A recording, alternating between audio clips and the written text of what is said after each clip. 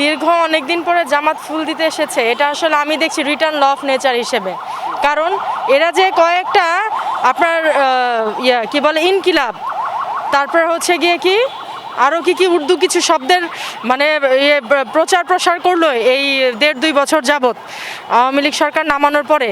তো এরা তো পাকিস্তানকে অলরেডি বাংলাদেশে ঢোকানোর একটা পদ্ধতি মানে টুকটাক করে ফেলেছে, এবং এরা হচ্ছে স্বাধীনতার অপশক্তি। এদের সাথে যারা মিলিত হয়ে দল গঠন করে এরা কখনো দেশের দলীয় স্বার্থে কাজ করবেন এবং করতে পারে না। এটাই হচ্ছে তার মানে সবচেয়ে বড় প্রমাণ। আর 2 নম্বর কথা হচ্ছে এটা রিটার্ন ল অফ নেচার। তারা কোনোদিনও স্বাধীনতার পক্ষ ছিল না। কিন্তু দেখেন, সত্য কিন্তু ভোরের আলোর মতো। সত্য ভোরের আলোর মতো বলেই তারা কিন্তু আজকে বিরোধী দল হিসেবে নিজেদের প্রচার করার জন্য এখানে কিন্তু এসেছে, ফুল দেওয়ার জন্য। তো এর চাইতে বড় প্রমাণ আর কি হতে পারে যে আমাদের দেশের ভাষা, আমাদের দেশে 71, আমাদের দেশে 52, এই সব কিছু সত্যি। মিথ্যা হচ্ছে তারা, মিথ্যা হচ্ছে জামাত, মিথ্যা হচ্ছে এইসব অপশক্তি। আসলে আওয়ামী লীগের নেতাকর্মীরা আসবে বা এখানে হচ্ছে গিয়ে তারা স্বাধীনভাবে এই প্রোগ্রামে অংশগ্রহণ করবে 21শে ফেব্রুয়ারিতে, এটা তো আসলে নিশ্চিত করা উচিত ছিল নতুন যে সরকার, বিএনপি সরকার, ওনাদের। আর আমি যেটা মনে করি, এই দেশটা হচ্ছে একটা মা, এবং এক মার 2 সন্তান বলতে বোঝায় আওয়ামী লীগ এবং বিএনপি। তো এখানে আসলে আওয়ামী লীগের লোকজনের আসার ওভাবে সুযোগ হয়তো হয়নি, আমি দেখিনি কাউকে, এবং কিন্তু সুযোগ করে দেওয়া উচিত ছিল। দেখেন, আমি একটা কথা বলতে চাই, সেটা হচ্ছে গিয়ে এই বাংলাদেশে কিন্তু আজকে এই যে অভ্যুত্থানটা হলো, এটার মেইন কারণই কিন্তু ছিল যে প্রকৃত দেশপ্রেমিক আমরা ধরতে পারিনি যে কারা প্রকৃত দেশপ্রেমিক।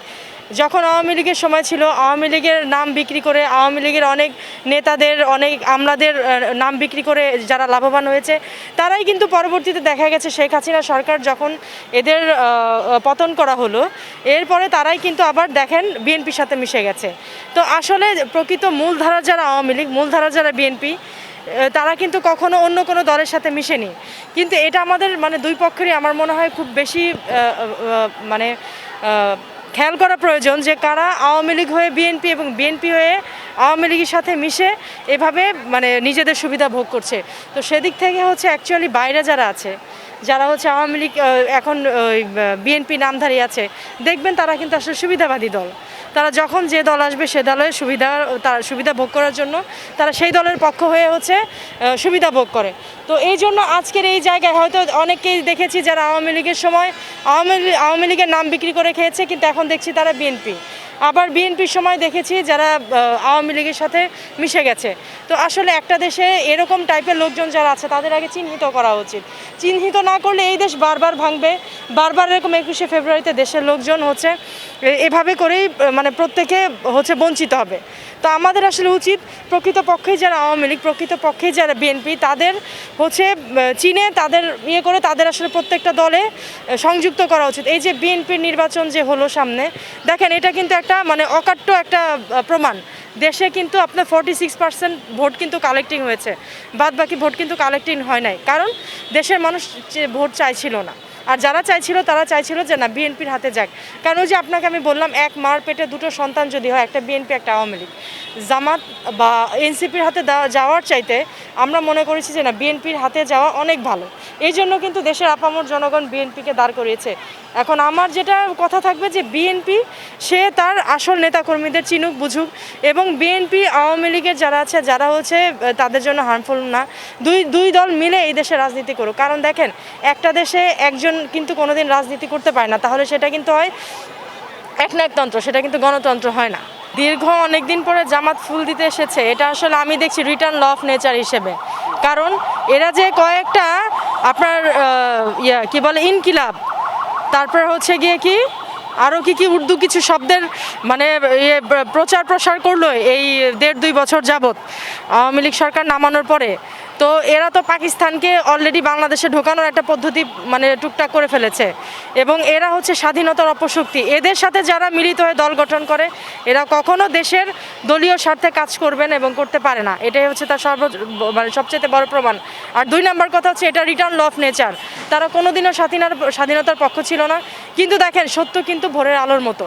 সত্য ভোরের আলোর মতো বলেই তারা কিন্তু আজকে বিরোধী দল হিসেবে নিজেদের প্রচার করার জন্য এখানে কিন্তু এসেছে, ফুল দেওয়ার জন্য। তো এর চাইতে বড় প্রমাণ আর কি হতে পারে যে আমাদের দেশের ভাষা, আমাদের দেশে 71, আমাদের দেশে 52, এই সব কিছু সত্যি।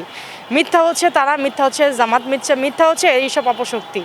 তো কালকে রাত্রের বেলা তাদের ফুল দেওয়া দেখে আসলে আমার বারবার এটাই মনে হয়েছে, অন্যদিকে হাসি এসেছে, এই কারণে হাসি এসেছে যে তারা কখনোই কিন্তু ৭১কে মানে না, তারা কখনোই কিন্তু ৫২কে মানে না, তার আজাদি, তার ইনকিলাব, তার এইসব মানে কথার পক্ষপাতিত্ব করে। তো মানে আমাদের চোখের সামনে একটা দল, একই মানুষ এক মুখে কত রকম কথা বলে দেখেন, এরপরে তো এদের বিশ্বাস করার আসলে কোনো মানে হয় না। আওয়ামী লীগ ফুল দিতে পারেনি বাক স্বাধীনতা, এটা তো আসলে বর্তমান যে গভর্নমেন্ট গিয়ে তারা বলবে এই জন্য যে দেখেন আওয়ামী লীগের আপনার বর্তমানে দেশের 80% আপনি কারাগারে যান, আপনি দেখবেন সব আওয়ামী লীগের লোকজনই হচ্ছে কারাগারে। তো আসলে এরা কি করেছে না করেছে এই কোনো কিছু বিবেচনা বিচার না করে এদের দিনের পর দিন এভাবে আটকে রাখা হয়েছে। এটা নিশ্চয়ই এবার যেহেতু বিএনপি সরকার চলে এসছে, এটার একটা হাল অবশ্যই হবে। এবং এটা আমার মনে হয় এই সরকারের উচিত যে সব কিছু খতিয়ে দেখে তাদের মানে ইয়ের ব্যবস্থাটা করে দেওয়া, বেইলের ব্যবস্থাটা করে দেওয়া।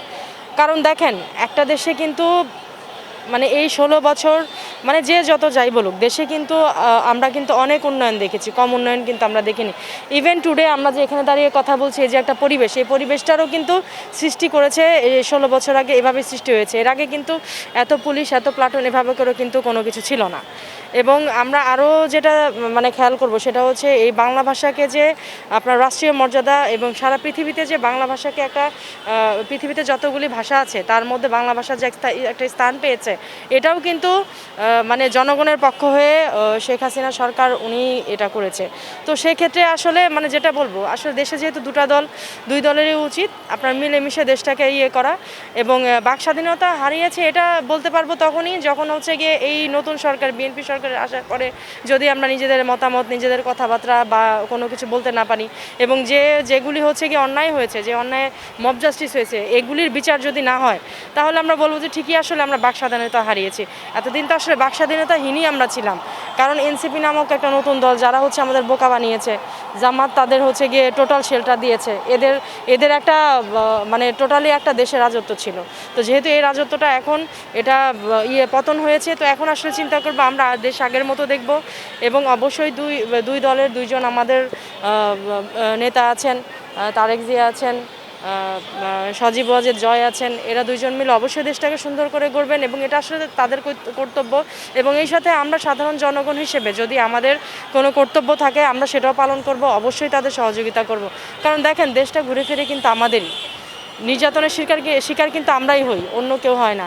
তো এই দেশে আসলে এভাবে গ্যাঞ্জাম করার কোনো আসলে এটা কখনোই আসলে আমরা বাংলাদেশের মানুষজন এটা মানব না, এটা মানা যাবে না। আসলে প্রকৃত মূলধারার রাজনীতিবিদ আসলে কারা হতে পারে আপনার কাছে কি মনে হয়? যে এই দেশে তো আমরা জানি যতটুকু দুইটা দলেই এখন বিরোধী দল হয়ে গেছে জামাত, আসলে আপনি যেটা কোশ্চেন করলেন যে মূলধারার রাজনীতিবিদ যারা, তাদের আমরা কিভাবে চিহ্নিত করব, আমার খুব ক্ষুদ্র এবং ছোট জ্ঞানে আমার যেটা মনে হয় যে মূলধারার রাজনীতিবিদ বলতে তাদেরই বোঝায় যারা হচ্ছে এই যে আমি আপনাকে একটা ছোট এক্সাম্পল দেখাই, যেমন আওয়ামী লীগের কথাই ধরি। বর্তমানে আওয়ামী লীগের যারা নেতাকর্মী আছেন এদের মধ্যে কিন্তু অনেকেই দেখবেন যে জামাত, এনসিপি তাদের অনেক ধরনের লোভ লালসা দেখিয়েছে, তারা কিন্তু তাদের পক্ষে আসলে যায়নি।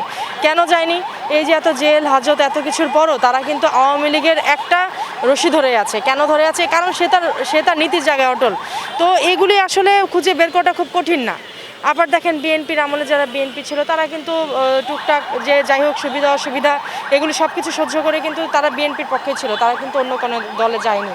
তো এটা নিরূপণ করা খুব সহজ। আপনি দেখেন আজকে যারা জেল হাজতে আছে তারা কিন্তু আওয়ামী লীগ, অরিজিনাল আওয়ামী লীগ বলেই কিন্তু জেল হাজতে আছে। একটা কথা সবসময় আমি আমাদের দেশের যারা নেতা আছেন, সেটা হতে পারেন আমাদের মাননীয় প্রধানমন্ত্রী শেখ হাসিনা, খালেদা জিয়া, উনি তো মারাই গেছেন, আল্লাহ ওনাকে বেহেশত নসিব করুক, তারেক জয় এবং তারেক সাহেব এবং জয় সাহেব যারা আছেন, এদেরকে আমি একটা কথাই বলবো যে দেখেন মূলধারার রাজনীতিবিদ চেনা কিন্তু তেমন কোনো কঠিন কাজ না।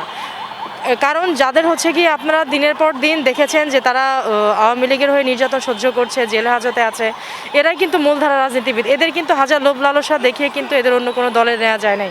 আপনারা তাদের কালেক্ট করুন, এবং যারা হচ্ছে বিএনপির, তারা হচ্ছে যখন বিএনপির আমল ছিল তাদের কিন্তু লোভ লালসা দেখে আলাদা করা যায়নি। আমি এমনও দেখেছি আওয়ামী লীগের আমলে যে তাদের বিভিন্ন রকম লোভ লালসা দেখানো হয়েছে যে এনসিপিতে বা ইসে যোগদান করলে তারা ভালো থাকবে, তাদের জেল হাজত মাফ হবে, তাদের পরিবার তাদের সবার সাথে মাপ জাস্টি হয়েছে। দেখেন তারপরেও কিন্তু তারা এত নির্যাতনের পরেও কিন্তু তারা দল ছেড়ে যায়নি এবং তারা মূলধারার আওয়ামী লীগ। এই মানুষগুলি কিন্তু কখনো দলের সাথে বিশ্বাসঘাতকতা করেনি এবং করবেন, এবং আপনাদের বিএনপির সাথেও করবেন, এবং বিএনপির যারা এরকম আছেন তারা কিন্তু আওয়ামী লীগের সাথে করবে না। দেখেন মাঝখান থেকে বিশ্বাসঘাতকতা করে কারা, যারা হচ্ছে আপনার আমলাগিরি করে, তারা বিএনপি আওয়ামী লীগ দুই সময় কিন্তু এরা হাইব্রিডের মতো করে দেখবেন যে এরা বিভিন্ন রকম সুযোগ সুবিধা গ্রহণ করে। তো এই মানুষগুলোকে কিন্তু বেছে বেছে শুধু এই দেশ না, এই পৃথিবী থেকে আমার মনে হয় বহিষ্কার করে দেওয়া উচিত। আজকে দেশের যে এহেন পরিস্থিতি, এর পেছনে কিন্তু এই হাইব্রিড এই লোকগুলি এবং এই সুবিধাবাদী লোকগুলি কিন্তু এই দেশের এই পতনের পেছনে কিন্তু জড়িত।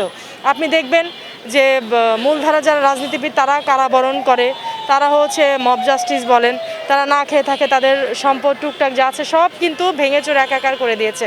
কিন্তু তারা দেখেন তারা কিন্তু এখনও আপনার বিএনপির সময়েও দেখেছি, আওয়ামী লীগের সময়ও দেখেছি, তারা কিন্তু এক ধারাতে আছে। আমি সরকারকে বলবো, দেখেন এইসব মানুষ চিহ্নিত করা খুব সহজ, কিন্তু যারা আমলা তাদের চিহ্নিত করা কিন্তু খুব কঠিন।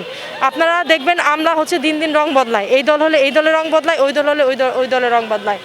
আপনারা অবশ্যই বিরোধী দল হলেও যারা হচ্ছে রং বদলায় না তাদের বন্ধু ভাববেন, কারণ তারা বিরোধী দল হয়েও, তারা এত মবের পরেও, এত কিছুর পরেও তারা যেহেতু রং চেঞ্জ করেনি। এক আওয়ামী লীগ আছে, সে আপনার বন্ধু, সে আপনার শত্রু না। আবার দেখেন বিএনপির সময় যারা আছে, যারা অনেক নির্যাতন সহ্য করে বিএনপিতেই ছিল, তারাও কিন্তু আওয়ামী লীগের বন্ধু, তারা শত্রু না। মূলত এই দুই দলের এই সিনিয়র যারা আছে এবং মূলধারা যারা আছে তারা কিন্তু রং পাল্টায় না, এবং তারা আওয়ামী লীগ বিএনপি কিন্তু ভাই ভাই। কিন্তু রং পাল্টায় হচ্ছে গিয়ে আপনার যারা মাঝখানে ঢুকে সুবিধাবাদী, সুবিধা গ্রহণ করে এবং আমলাতান্ত্রিক রাজনীতির যারা অনুসরণ করে, তারাই কিন্তু সুবিধাবাদী। তো আমার কাছে মনে হয় এই সরকারের উচিত যারা প্রকৃত ধারার আওয়ামী লীগ তাদের বেছে নিয়ে তাদেরকে নিয়ে সুন্দরভাবে দেশ গঠন করা। কারণ তারা আর যাই হোক, দেখেন নীতি কিন্তু বিসর্জন দিবে না, এবং নীতি বিসর্জন দেয়নি বলে আপনি থানায় যান। আমি তারেক রহমান সরকারকে বলবো, আপনি থানায় যান, আপনি জেলে যান, আপনি হাজতে যান, আপনি অনেক অনেক এরকম পাবেন যে যারা বিশ্বাসঘাতক না, যারা ভালো মানুষ। এবং আপনি বিভিন্ন বিএনপি নেতাকর্মীদের মধ্যে এরকম অনেক পাবেন, তারা অনেক কষ্ট সহ্য করেছে কিন্তু তারা বিএনপি ধরে আছে। তো আসলে বেছে বেছে দেশের মেইন পদগুলিতে এদেরই আসলে দেওয়া উচিত, মন্ত্রিত্ব দেওয়া উচিত, এবং এমপি হিসেবেও এদেরই দেওয়া উচিত। আজে বাজে লোকজন টাকা দিয়ে এদেরকে আসলে কখনোই পদ পদবিতে দেওয়া উচিত না, এটাই হয়।